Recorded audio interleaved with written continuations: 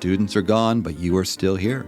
And we know how you feel because you are done. But you have so much work to do to get ready for tomorrow. Good afternoon, podcast listeners everywhere. Welcome to After the Bell, a Stunt Brothers production. A podcast that gets inside the life of a teacher and provides a wellness guide for being prepared to take on this most challenging of professions. I'm Martin Stuvel. And I'm Roy Hunt. And we share your pain, having taught a combined 70 years. The guarantee of this podcast is to make you laugh, make you think, and give you at least one little nugget that you can use in the classroom. So get out your marking, organize your supplies, or just pour yourself a coffee. I want something stronger. And listen, engage, and interact with After the Bell, a podcast for you, the hard-working, dedicated teacher who wants free lesson plans, free advice, and a free meal. Okay, Roy, but I'm not paying for anything more than McDonald's. Well, Mr. Hunt, episode 14. 14. Yeah, it's been a while. It has been a while. People wonder like I said, it's been a while. And people go, well, we hear these every Monday. Yeah, every Monday. And we're very consistent. We get them out. But we had a kind of a backlog of episodes that we worked on even before our release date in January. Yes, so we had used up almost all of those episodes. We have. We've been away from the booth for a month. Yeah, for a month because we were off doing different things. We've touched upon, but we'll share more in a couple weeks on another episode. But it's been a month. We've actually been in the box recording. That's right. So I'm not sure how this goes. Well, I'm waiting for the producer to walk in. Someone with a script, someone to tell us what to do. And our sound engineer, he hasn't arrived yet. So I guess it's on us. It is. Just the two of us, I guess. But, we've actually caught up the listener because often in the past episodes, we were talking maybe at least 2 months, sometimes 3 months before the episode got released. So we're talking about bomb cyclones and snowmageddon and stuff, and people are looking outside and it's springtime. And what are they talking about? And we were always conscious of that. We knew when it was going to get released. But this episode comes out on Monday, and we're recording this on Wednesday, just a few days before. Yeah, so that's probably the closest we've been to a release date in prepping. So we're here at the end of April, and May is coming up, and it's looking like a beautiful day out there. That's right. And it's interesting because, it's nice weather and sunny. I'm hoping we don't feel the pressure too much to make sure we meet this deadline for Monday. I know that's the joy is we're close to Monday. The anxiety and fear is we're close to Monday. Yes. And usually we have a longer time to get it all together. Right? Yeah. But luckily we have a guest that we have met with earlier, and that's a big part of this episode. That's right. And we'll talk about that later. And we're professionals. We are professionals. If nothing else, we can do that. We're professionals. Yes. There you go. And clearly we're getting comments and fans, not just from Canada, not from just North America, but from around the world. From around the world. More than just my mother listening. And, when I go into those elementary schools and I pay off the kids with stickers so that they'll download a few episodes of our podcast to help out. Yeah. No, we're actually getting beyond that, right? Yes, we are. I know the Two Mr. P's in a podcast is something I've been listening to, and they're really neat. It's a podcast in Scotland, and yes. I encourage listeners to listen to their podcast. It's kind of like, they're actual brothers. But they do a great podcast, and they've really increased their listenership, and they've got a huge following, and I would love to connect with them. So if you're listening, Mr. P's, yes, we would love to do a joint episode. That's right. It would be amazing. And on top of the other fact is they do things that are quite similar to what we're doing. Yeah. And so I think we're more aligned than I. After listening to their podcast, absolutely. I realized that we're pretty much aligned in the way that we approach things. We do, and it's a unique one that I think matches us more than anything else I've seen out there. Yep. And I do know, looking at the list of people listening around the world, that I believe they're based in Glasgow in Scotland. Mm-hmm. They definitely are from Scotland. And there's been 3 or 4 downloads of our episode in Scotland, and I'm hoping it's one of the two Mr. P's, so one they of the can two join Mr. us. P's. And let's share with listeners some of those places Yes. that we have listeners right now from around the world. Okay. Well, we have Tasmania and Sydney in Australia, And then we had Sapporo and Tokyo in Japan, listeners there. Tuscany in Italy, Nuremberg in Germany. right? New York City. Louisville, Kentucky? Louisville, Louisville. It's always like, it goes together. Someone in Louisville, Kentucky. And then we have Kansas. Yeah, and Kentucky as well. And Kentucky. Another listener in Kentucky, actually. Right. Another town in Kentucky. Mexico and France. Seoul, Korea. Seoul, Korea. Dublin, Ireland. And someone who's listened to almost every episode of ours, someone in Indio, California. And we know who that is. It's a retired teacher from North Vancouver. Yeah, who lives in Palm Springs area for most of the year, I Most of the believe. year. And thanks for listening, Antoinette. Yes, Antoinette, thank you so much. Yeah. And I'm looking at our website, stuntbrothers.ca. It's getting a lot of traction. It's a real wonderful place for people to learn about all things Stunt Brothers. Yes. And we're working on the webpage and adding to it, so you can learn about our podcast and you can complete the homework and assignments from our episodes. There are free resources, and you can connect with us about workshops. Yeah, and you can find recommended reading lists, and we're going to start that process today, making some areas that connect to the podcast topics, and make comments. Yes. And I think we should share a few of those comments, right, from listeners, because we always say this is an organic podcast. Our website is kind of the place to go to be involved in this podcast. So let's go back to our first episode, which we released January 13th. Take time for yourself. And we have some comments. We asked for feedback from teachers about ways they would make a moment for themselves during the hectic school day. Mm-hmm. So one of our comments is, at our school we had this game called key curling, where you would just stand a distance from about 4 meters apart and throw/slide our keys into the house, which were 2 colored squares on a linoleum floor. We even had a trophy which we passed back and forth throughout the year. We would do this after school or in the morning before the students arrived. Oh, what a fantastic way just to build connection with the staff and kind of unwind before you start. And another teacher commented, and this is neat because they're kind of referred to some of the weather we've talked about recently. Once or twice a week, sometimes even more, I go for a run, rain or shine, bomb, cyclone, or polar vortex, and often in the trails in our area. Getting some exposure to our natural environment and clean air in my lungs is amazing. I see it as my weekly fresh air prescription.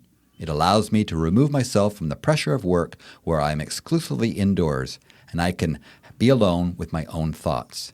After that, I'm good to get back to my teacher tasks. There you go. That shows you that balance is needed, and what a wonderful way to ground yourself. Yes. So if you visit our website, stuntbrothers.ca, you can get involved in the conversation. We always have a countdown to our next episode, and we have always been able to add a fun quiz. Well, actually, we did the first time, right? The first time. We tried that out last week. So we tried it out, and it's on there. We tried it out. Yeah. So we added a quiz from last week's episode on educational acronyms. FYI, there are many of them. Yes. More than I remember, and many that I care to forget. Yeah, and we were talking earlier today as we get ready for this podcast that we think we should encourage people to get involved in stuntbrothers.ca. So we have this kind of 5 free beer thing going on, yes. right? So let's tell 5 listeners free what beer. that is about. What? It's 1 free beer. One free for 5 people. And let's tell listeners what the plan is for this free beer. We're hoping to have a celebration on our final podcast for season 1. For the season 1, yeah. And then at a local brewery that we have here in North Vancouver. Mm-hmm. And so the idea is to encourage comments. Yes. So we will give a beer to each of our top 5 commenters Right. on the website. And I guess if there's a tie, we'll put names in a hat and draw, right? Something like that. Like, if we get like hundreds and hundreds and they all have made the same amount, we got to somehow narrow it down to 5, I guess. And narrow it to 5. So we're kind of making the rules up as we go. As we go. You have to use your name. You can't say, unless one person named Anonymous is going to get. Right now, Anonymous is getting the beer. He's getting most of the beer. And I don't want everybody to suddenly show up and say, I'm Anonymous. That's me. I'm Anonymous. And then they show us the driver's license, Mr. Anonymous. Yes. Wow, good for you. But yeah, I think it's kind of a fun way to end season 1 before we get ready for season 2, and to have a bit of a celebration, and to celebrate the listeners who have got involved at stuntbrothers.ca. Right? So we'll keep bringing this up every week and encourage people to go on stuntbrothers.ca and make a comment. And we will give you a countdown and let you know. We may even give some stats for some people to keep it competitive, which is a nice way to say. Yeah. And say, for example, if there's a person, I don't know, some person named Mark, right, who seems to have a lot of comments. We have seen Mark's comments, so right now he's doing pretty good. Mark's, I think, in first position. You are right now, for just so you know. Free beer. I think you are. You're number 1. So let that be the bar for everyone, right? Join Mark in his comments and his conversation. And it's 2 months. So we're thinking the end of June would be it's our last episode. Will be the last week of June, end of the school year. That's when we'll look at the free beer contest and see who are the 5 that get to come. Now, what do we do? Because we have listeners, as we said at the beginning, from all around the world. So when we get Joe from Kentucky, and he's the number 1 commenter, and we're having this in North Vancouver, right for this year anyway. How do we reward Joe or Sue with their contribution? Well, if that listener were able to send us some tickets, yes, we'll come there. We will go there, and we will buy you a beer. Sure. And if you want to pay for your plane to get back to us here, we'll buy you a beer, right? So you definitely will be involved. We might have to take a rain check on the beer for a future time. So please, whether you're from Sapporo, Japan, or Nuremberg, Germany, make comments on the website, and you're still part of the contest. I know there's a way you can send beer in the mail too. Okay. So maybe, although the tickets do sound better. I like the idea. I like the in-face. Going to Nuremberg, Germany. Person to person. In October. It's in Bavaria, I believe, right? But whatever, we can find an Oktoberfest somewhere and join in the celebrations and have an After the Bell celebration in Germany. Sounds good to me. Yeah. That's fantastic. So we're looking forward to that. And like I say, let's keep bringing this up every week and kind of get everyone motivated through 5 free beer moments. 5 free beer. Whatever. Maybe you could suggest a good name for this contest. We'll start a new page on the website, stuntbrothers.ca. It'll probably be the most visited part of the site, right? But on our website, we're also going to have a recommended reading list. We're going to start that today, and I think we're going to share just a few recommended reading books to do with Indigenous education. Yes. What do you have for us? Well, I contacted some teachers that I know that are part of AbEd, or Aboriginal Education Committee at Ridgeway, the school I retired from. And they've given me some recommendations.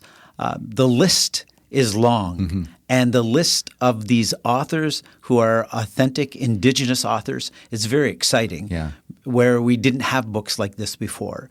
The list that I'm going to give you now, I'm going to share with you, are just a few titles, but there'll be more of an extensive list of titles. We will have this on our website, as I said, for sure.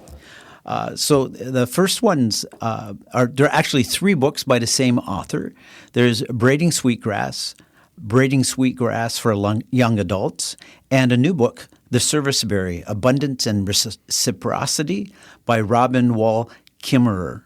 I've heard many things about braiding sweetgrass. Very highly recommended. I listened to it as an audiobook, and I have it in hard copy. Does the author read it themselves? The author reads it. I like those. She has an amazing voice. Nice, just to listen to. And I could just listen to it, and one of the problems I have when I listen to it, I listen a little bit before I go to sleep, and she has such a soothing voice that I've fallen asleep for sure. And I also have a teaching friend who has used the braiding sweetgrass for young adults in her classroom with a grade 6-7 class, and has said it really works well with the things that she's doing, especially in science. The next book is From the Ashes by Jessie Thistle. It's an autobiography. I read this. It was part of a Canada Reads series. Powerful. This man's journey, just unbelievable circumstances with just an amazing ending, which I don't want to spoil. Yeah, I have not read that one, so I definitely will be for sure. They Called Me Number One by Bev Sellers. This is about her experience in residential school and its lasting effects on her life and her family. The next title, 52 Ways to Reconcile, How to Walk with Indigenous Peoples on the Path to Healing by David Robertson. Yeah, very highly touted author. What I like about this is in the 52 Ways to Reconcile, it's one way a week that can be used, I guess, by classroom teachers to find ways to work towards reconciliation. Well, great. Well, those are awesome. Thanks for sharing those. So we'll post these on our website, stuntbrothers.ca, and we'll have a new recommended reading section. And please, if you have other readings that you've done, listener, share with us. You know, we won't necessarily post it right away. We'll look at it and we want to make sure it's something legitimate and authentic, right? Yes. But we really share the wisdom of our listenership. So that kind of leads us to today's podcast and the focus on Indigenous education. And as I said, I'll talk more in a minute about Brad Baker, who's our guest, and I'm very excited about having Brad on. But I do know we have a long way to go. But when I think back to my own childhood and Indigenous education, I think we've come a long way. Yes. You know, like I use that word tokenism. It just felt like it was a tokenism to discuss Indigenous, what was called Indian education and the way we learned it in school. And it felt separate from the reality of Canada and, to me, the understanding of what it meant to be Indigenous and also to learn from these nations that we have in our country. And it was looking at things from a very whitewashed, I guess that's the best term to use. Whitewashed perspective. There was the context was that the First Nations people were here, and then the settlers came, and then these were some things that the First Nations people did, and then it was almost after that they disappeared. It was almost like that was history. Yes. And now the settlers have this place, and this is how it is now, instead of an understanding of what that history affects today, and things are ongoing that we need to adhere to and to understand. And what I really love about where we are here in North Vancouver and BC and in Canada is what school boards and districts and schools have done to make sure that piece of Aboriginal education or Indigenous education is constantly given attention. It is, and constantly bringing in new resources. I'm pretty sure that every school here in North Vancouver has their own AbEd or Aboriginal Education Committee. And those committees get together within our district and they share resources and they share ideas and they share new resources. And we have a lot of great spokes people for the Indigenous education. One of those who we will be having a conversation with today. And I think a lot of the impetus for this, if you're not a Canadian, I need to share with you the idea of what we had was called the Truth and Reconciliation Commission and the calls of action that came from that. It really changed the story and changed the discussion dramatically. And that was in 2007 where the TRC, or the Truth and Reconciliation Commission, it was established to facilitate reconciliation among former students of our residential schools and the history of that. That kind of is what it grew out of and the tragedy of the residential school system. it grew out of that terrible, terrible history and its sad legacy. So the TRC spent 6 years traveling to all parts of Canada and heard more than 6,500 witnesses. It also hosted 7 national events across Canada to engage the Canadian public, educate people about the history and legacy of the residential school system, and share and honor the experiences of former students and their families. And it created an historical record of that school system and the tragedy of that. But it wasn't just about shaming. There's such a tragic part. It was about what do we do now going forward? Yes. And that's why they held the calls to action. And their actions were on many things. There was 94 calls to action, I believe. But the ones from 6 to 12 focused on education.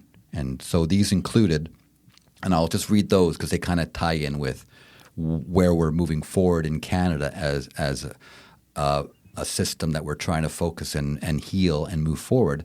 Number 7 was we call upon the federal government to develop with Aboriginal groups a joint strategy to eliminate educational and employment gaps between Aboriginal and non-Aboriginal Canadians. Number 8 was we call upon the federal government to eliminate the discrepancy in federal education funding for First Nation children being educated on reserves and those First Nation children being educated off reserves. And there certainly is a dramatic difference between the two, right? Yes. And I also know there's been a dramatic difference in graduation rates, and there has been movement there. And There has been movement. And we'll talk with Brad about that. We talk with Brad about that. Number 9, we call upon the federal government to prepare and publish annual reports comparing funding for the education of First Nations children on and off reserves, as well as educational and income attainments of Aboriginal peoples in Canada compared to non-Aboriginal people.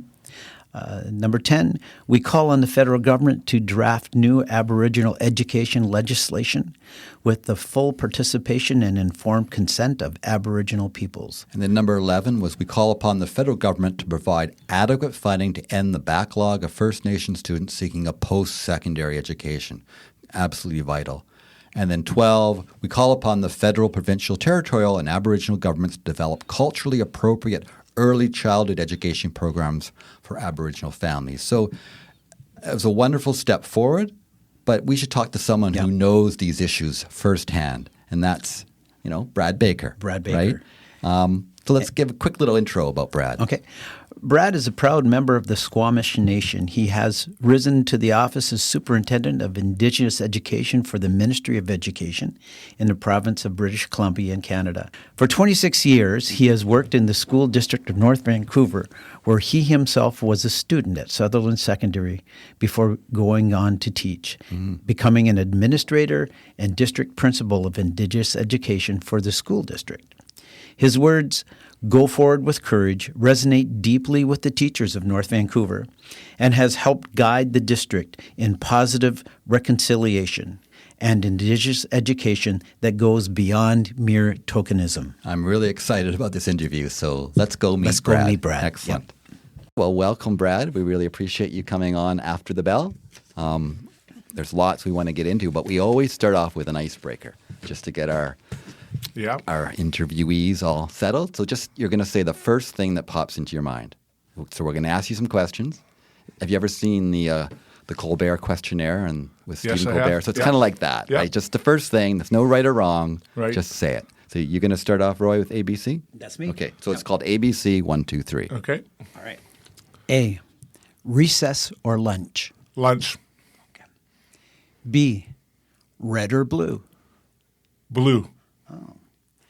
C, math or PE? Math. Okay. Okay, thank you. So here's 1, 2, 3. 1, fiction or nonfiction? Nonfiction. Okay. 2, football or hockey? European football. Okay. Yeah. Okay. Soccer, football, soccer. Yeah. Yeah. 3, who was your favorite teacher and why? Someone who taught you that. Favorite teacher would have been Mr. White. Okay, my tell us a social little studies 10-11 teacher at Sutherland Secondary School. I had Mr. White there at you go. Sutherland Secondary. It made me love And my brother history. had him in North Van High. Yeah. Small world, eh? Yeah. So he made me love history, and that's why it made me go to school to study my major's history and become a teacher. I owe a lot to Mr. White. It's amazing that power of that one person, right? Yes, connections. Yeah. Connections Good. for sure. Okay. And our surprise question is... Oh, surprise. Okay. A surprise, yes. Uh-oh. NFL or CFL? NFL. Okay. NFL. And why? Why NFL? I think the CFL is just too slow. Not much action in the CFL games, that's for sure. Real football fans seem to prefer the NFL, Yes. I find. Yes. Yeah. So let's just jump into it. Roy, you want to start with our first question? And then, like I say, it's a conversation. 100%. We'll just be at ease. Sure. Could you tell us about your previous role working with the North Vancouver School District? If I want to, do you want to go all the way back to my start of my career or my Go back to the beginning. Yeah, Why my not? begin- Because you have a long like history a long here. history in North Vancouver. Born and raised, obviously went to elementary school here at Queen Mary, went to Sutherland Secondary School. But my first job in the district was a primary teacher on a letter of permission because I was one of the first First Nations person to get a teacher ed degree in the process in North Van. So they hired me on letter of permission to get seniority based, and then I started teaching at Carson Graham and Oslohan Learning Center with specifically with Indigenous learners. And then I became a vice principal at Carson Graham in my early years of my career. Then I moved into being a district administrator, working with Ken Neal for Safe Schools. Okay, yeah. Safe Schools, and then he retired. I was Safe Schools guy for a long time, and then I took over the Indigenous Education portfolio. So my last 3 or 4 years in North Vancouver, I was the district principal for Indigenous Education and Safe Schools, and then equity, and then some anti-racism files. By look at that work, I was able to work with across the entire school district with schools, elementary, secondary, with teachers, NVTA, QP, and probably more importantly with kids in every school in the district. Yeah, I was very, very like that. Can I ask what year you graduated from Sutherland? I graduated from Sutherland in 1988. Okay, so we were close. I was 84. Yes. Yeah. So we are 4 years apart. Yes. So Yeah. So you would have been in grade 8 Grade 8 or 9. when I started. Yeah, Yes. interesting. Yeah. I loved Sutherland back then too, yeah. right? Because it was, I love the semester system. Yeah. I know most of our high schools in North Vancouver are linear right now, but I love the semesters, concentrate on 4 subjects, 4 topics, and I always wanted to make sure my prep was in the second semester, in the afternoon preferably, so I can leave school a little bit early if I could. You didn't have the doctor who wasn't a doctor, did you? I did have the doctor the first year. My grade 8 year was the first year. Yes, Yeah. I do recall that, and Yeah. I just remember all of a sudden in grade 9, hey, we got a new principal. So yeah. Interesting. We won't go into that any further than that. During your time, though, with North Van working as an educator, what would you think was your greatest success? I think probably if I break it into segments, probably the first segment would be just working with colleagues like both of you and other teachers in the district of enhancing their abilities and understanding around Indigenous peoples, the history of our local lands, the Squamish and Tsleil-Waututh. And probably the last part of it was around we saw some real improvement in student success. And when I say student success, not only for Indigenous learners, but for everyone.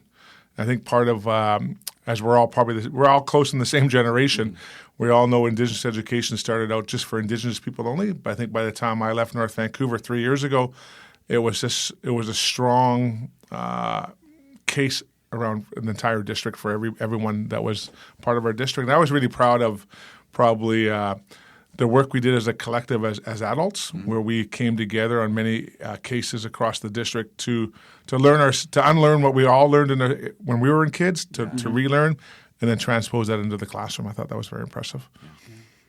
So could you tell us about your current role with the Ministry of Education? Yeah, I'm currently the Superintendent of Indigenous Education for the province and the Superintendent of Appeals. And so I'll take the latter one. So I'm the Superintendent of Appeals, which means anything that goes past board suspensions, if you want to come to me. But that's not my main job. My main job is the Superintendent of Indigenous Education, which means I work with all 60 public school districts and some of the independent schools. And I work with 204 First Nations, Métis organizations, other Indigenous organizations to try to continue to strive to close the gap between achievement rates of Indigenous learners and non-Indigenous learners across the province. And part of it also is bringing some teachings and learning to the Ministry of Education. I'm very fortunate to sit on the executive of Education and Childcare. I'm the first on-reserve First Nations person ever to sit on the executive, so I bring a lived experience to the deputy minister and other assistant deputy ministers of what Indigenous voices have to be at the table. It's very nice. And you talked about having to unlearn things from the past, Yeah.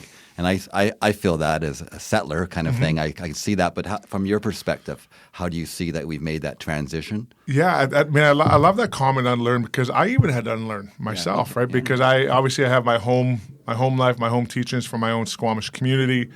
But through my whole kindergarten and grade 12 experience, my post-secondary at Simon Fraser and Cap College, we were never really taught about the true history or Indigenous knowledge or Indigenous ways of knowing. So I had to unlearn when I started to unpack what my responsibility was as a teacher to make sure that the Indigenous point of view was brought to the forefront. And I think it's important. What I'm a big believer in is I never want to ask anyone, settlers, to get rid of the Western point of view. All I want people to do is to bring in an Indigenous point of view and work them intertwined together. Because we're all humans first and foremost, right? And so we all have a responsibility to enhance the opportunities for ourselves and for the kids that we work with. And if we're able to marry in worldviews, it's best for everybody. Right, yeah.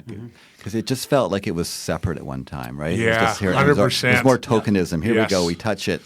And from my perspective, it just feels more real. Yeah. And it's more what we can gain too, right? Yeah. All of us can gain. And I think this connection to place and all those things. That's the powerful I part. love the way you say that, because I think part of it is building authentic relationships between people, but also relationship with the land, right? Because the land provides so much teaching for us, right? And as we all know, in North Vancouver, the natural place to learn. A lot of that's outdoor based, place based, whatever you want to call it. It's just part of the work that we do on a daily basis. How has your father's experience attending a residential school shaped you? I think a lot of it shaped me when I was younger. I didn't really grasp the difficulties he had raising us and my siblings because of the difficulties he had in residential school. But when I got to later on in my life, when I was just graduating high school, going into post-secondary, I was able to have more conversations with him about what he had endured and what it meant to our family. And an extension of that, some of the mentorship, some of the mentors that I worked with the Squamish Nation were also survivors. And so they were able to bring to me a different perspective of how we were taught that unlearning part as Canadians, but also how we continue to strive to honor that past, but use it as a tool to increase awareness and responsibility, but also to how do we go past that now? How do we strive for excellence? That's the big thing for me. And my dad is a big believer in that, striving for excellence. I mean, he's still with us. He's 86 now. And so he's a brilliant man still. Still love it. Obviously, I love the guy. But Amazing. Love the guy, yeah. Was it hard for him, though, when he saw you in public school and public education, knowing what the result was for him? Yeah, I was. I think the biggest thing for myself and my siblings was when we went to Queen Mary Elementary School. It was a very Lower Lonsdale, back when I was there in the 70s and 80s, was a very low socioeconomic area, very rough and tumble school. And so my mother and father didn't want me to go to Carson Graham because they were struggling with graduation back then. And so they sent us to Sutherland. They fought with the Board of Education. And the trustees at that time kept saying no. But my mother, my late mother, was very strong and saying, no, I want my kids to have a proper education. Power of sport too, right? Because I played sports at high school. And the combination, my dad was very into sports. And I played basketball, rugby, and soccer at Sutherland, and it helped strive to be a good student. You did refer to graduation rates there, and they've certainly improved. But do you think we still have ways to go, and what can we do to get further and get more to rates that we see among the rest of the population? Yeah, and I think that's a big thing. In my role with the ministry right now is to close the gap. And we're actually looking at 15-year trends now, and Martin, I appreciate the way you say it. We have made strong steps. We're successful. We're making strides. But how do our on-reserve population achievement rates aren't quite as high as the off-reserve population for Indigenous, and the non-Indigenous are still 93 to 96%, whatever they are, right? Yeah. But I think if we're able to continue to ensure that our numeracy, literacy rate interventions are for everyone, it's going to be better. But I think ultimately too, North Vancouver's grad rates are significantly gone up in the last 5 years, which is brilliant. But if we went back to those kids, 2 or 3 years after graduation, asked them what they were doing, were they ready for the next step of life, either post-secondary, a high-paying job, or were we pushing them through the system? So I think that's one thing we're looking at now is high expectations, right? I like that because that's really what matters and counts, right? It's just the other is just a statistic, Yes. right? Yes. But what is really happening, right? Good, yeah. Yeah. The Truth and Reconciliation Commission calls to action numbers 6 to 12 identify specifically with education. How do we help teachers implement Indigenous ways of knowing, being, and doing in the curriculum? Yeah, I love that's a great question. I know when the TRC first came out, a decade ago now, 10 years ago now it came out, and then the new curriculum, I guess it's not new anymore, came out roughly around the same time. Mm-hmm.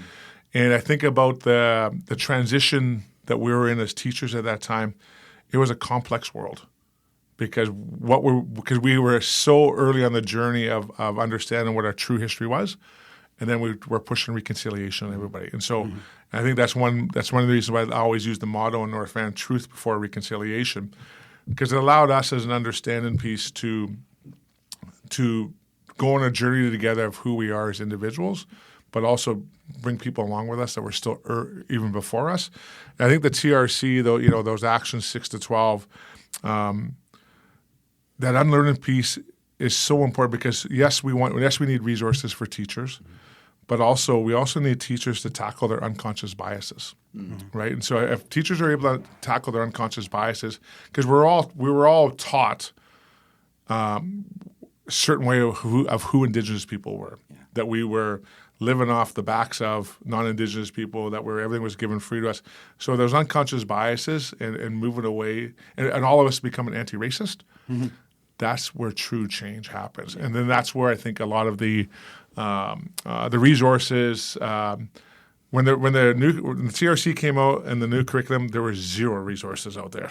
Yes. First one to say that. But you look in the last 5 or 6 years, with the development, working with the First Nations organizations of resources, I think where teachers are better off today than we were 10 years ago with resource development. But I think in the big picture, I think that the introduction of Standard 9, Professional Standard 9, has also helped certificate holders. I think just the awareness piece is I don't want to say it's force people because we never want to force people to do things, but I think the awareness piece is making people think, okay, wow, if I don't get on the pathway like everyone else, I'm going to be left behind. Yeah. That's a big thing for me. How do you think we help people to overcome their unconscious biases? I think become aware of them, right? Yeah. We all know those who are. Exactly. I don't. Well, no, I'm not. I'm not racist. I'm not. Exactly. Right? I think the big thing is probably just around small opportunities to have brave conversations with each other, and if that means it's us three having conversations or it's one-on-one, then you expand it into larger groups. Because I think sometimes the real positive people that are on the journey of implementing Indigenous worldviews on a daily basis, sometimes they're not sharing that information with other colleagues. They're in their silos of their classroom because they're got so much going on. But also those people that are not on their journey at all, they're also in their silos. So how do we bring people together? I think that's where the ongoing professional development that we do in British Columbia is very important. And just creating space for dialogue because we have to remember it was over 150 years of policies of oppression. We're very early on this journey. I mean, I look at 2013.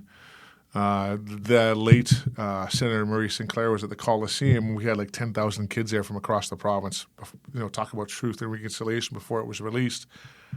That's only 12 years ago. Yeah. Mm-hmm. And so if you look at, when we talk with our kids or our grandkids, their knowledge base is going to be way more than ours was as – I want to say, we're not middle-aged, we're young guys. Yes. But patience is important. Patience is so important. It took so long to get here. You can't snap your fingers and go, okay, it's all good now. I agree. And I also think, too, I think that's one thing that I've always been grateful of in my time in North Vancouver, working with, the board office or the North NVTA or CUPE or in the parent or DPAC, was that there was a willingness to have conversation. But also I think, too, myself as a First Nations person, I can't go into a room and say you have to do this tomorrow because we have to. Because ultimately, we've all entered this door of truth and reconciliation together. Mm-hmm. And if we're not going to walk the journey together, all we're doing is repeating that cycle of negativity. And I don't want to do that. Yeah. Okay, so this is a good leading question then. Can you share a specific story or an experience that shows the impact of bringing Indigenous and non-Indigenous communities together? Well, I mean, there's so many. I mean, I go back to my North Vancouver School District days. I remember some of our early professional days where we did it jointly with all three organizations, like the board office, NVTA, and CUPE around Indigenous knowledge systems, and bringing in keynote speakers and then multiple workshops led by Indigenous and non-Indigenous teachers in the district. Because I think that's positive for me, because I think some of the biggest fears by non-Indigenous educators is, well, I'm not Indigenous, so I can't do it. Yes. But if there's a non-Indigenous person that's providing the workshop that can model the work, that's success, right? And so I think that's a highlight for me. I also look at some of the engagement from the local communities here and local First Nations communities and local Indigenous communities, where they actually became more prominent in the schools. Because for the longest time, many of our families and extended families were afraid to come to school because of past experiences. Of course. Yeah. And I think with the trust that was built, the open spaces for dialogue, the visual representation in our schools of First Nations art, it just allowed more of a positive relationship between our families and the schools. And I'm proud of that, what we did in North Vancouver. And I also look back to I was an NVTA rep for Oslahan Learning Center way back in the day. And I remember when we started talking about Indigenous focus, Pro-D, but Indigenous committees and have Indigenous reps, that was profound, because it allowed Indigenous people to have voice at the local union. Because I think that's one thing that sometimes is missing across the province, where sometimes they're not, I don't want to say they're excluded, but sometimes they're not welcome. Yeah. When I say welcome, if somebody picking up the phone and say, hey, why don't you come be part of this group to make it better, right? So, yeah. I mean, your dad must be amazed to have watched you and knowing what he went through, and to see you rise to superintendent of the province. Yeah. It must just...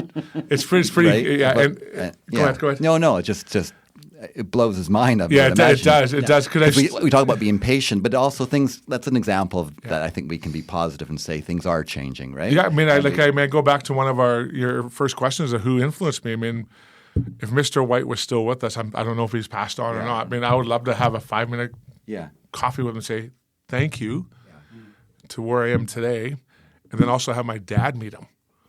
Right? Because, if you look at the impact that my teachers had, especially Mr. White, and my mom and dad had on me, if they did not combine back in the late 80s, I wouldn't be here today in front of you, right? And so I think that's, and I owe a lot to North Vancouver School District, right? And so, and sometimes I think I forget what that Board of Education of the day, couldn't tell you who it was, who finally said yes to my mom and dad, said to go to Sutherland. Right. Who knows where I'd be, man? No idea, right? Right? Yeah. And I'll just end with, during your many successful years in North Vancouver, educators became familiar with your motto of truth before reconciliation and go forward with courage. Yes. For our listeners who may not be familiar with these terms, can you elaborate? You've certainly touched on it. Yeah, I think the big one for me is that truth before reconciliation, because I think when the TRC report came out like 10 years ago, in the 94 calls to action, people were jumping, okay, what action are we going to do? What action are we going to do tomorrow? Well, let's slow down a little bit, because here in North Vancouver, we had a residential school within our boundaries. Do you guys all know that? Do people know that? Yeah. And some people didn't. So just understand that broader scope of not only the residential school system, but, the reserve system, the PASS system, the multiple policies that were placed upon Indigenous peoples. So that was a big thing for it. Once we get a base understand, then we can start talking about the reconciliation initiatives we want to do within the district. And also, I think when we talked about Go Forward with Courage, is roughly around the same time we started using that, because of when the curriculum came out from K to 9, right? It was like throwing on the desk of teachers, okay, go. Yeah. Right, and some of it was, and I think the big thing that was a big belief in my mind and my system, in my heart and my mind, was take the courage to go forward, but also I'd rather have people try something and fail than not try at all. because that means you going forward with courage to try something. That's where it started from. I've heard many people talk about that being empowering when they heard you say that, because there's a lot of fear when people go, am I going to make a mistake here? And when you were in the district, no one felt that with you leading us on that journey, right? That's awesome. Yeah. That's awesome. Yeah. And I just know that there are many Aboriginal education groups in schools, and I've been part of one at Ridgeway. Yeah. And I know it's been amazing because we've read a number of books, and then I remember doing the blanket exercise, and just for many educators to have those experiences, not just that they're shared with the classrooms, but personal experiences of learning, so that it actually broadens their understanding and broadens their understanding in the ways of knowing. I'm grateful for those opportunities. That's awesome. I think, we always ask kids when we were teaching here in North Van to know, do, and understand. We also, as adults, need to know, do, and understand. And those hands-on experiential learning opportunities, we learn from all those, right? And I think, we do, myself and a couple of colleagues that used to run the blanket exercise here in the district, after every one, we learn something new ourselves because we're learning along with our colleagues. I think that's the biggest thing is those. I think in North Vancouver, we're able to build those authentic relationships amongst adults first, which meant the kids benefited from us, which is the most important part. Yeah. Well, thank you, Brad. We really appreciate this and this journey, and I know people in North Vancouver really appreciate the work you did here, and we wish you all the best. Thank you very much. Yes. Thank you, Brad. Thanks for having me. Good.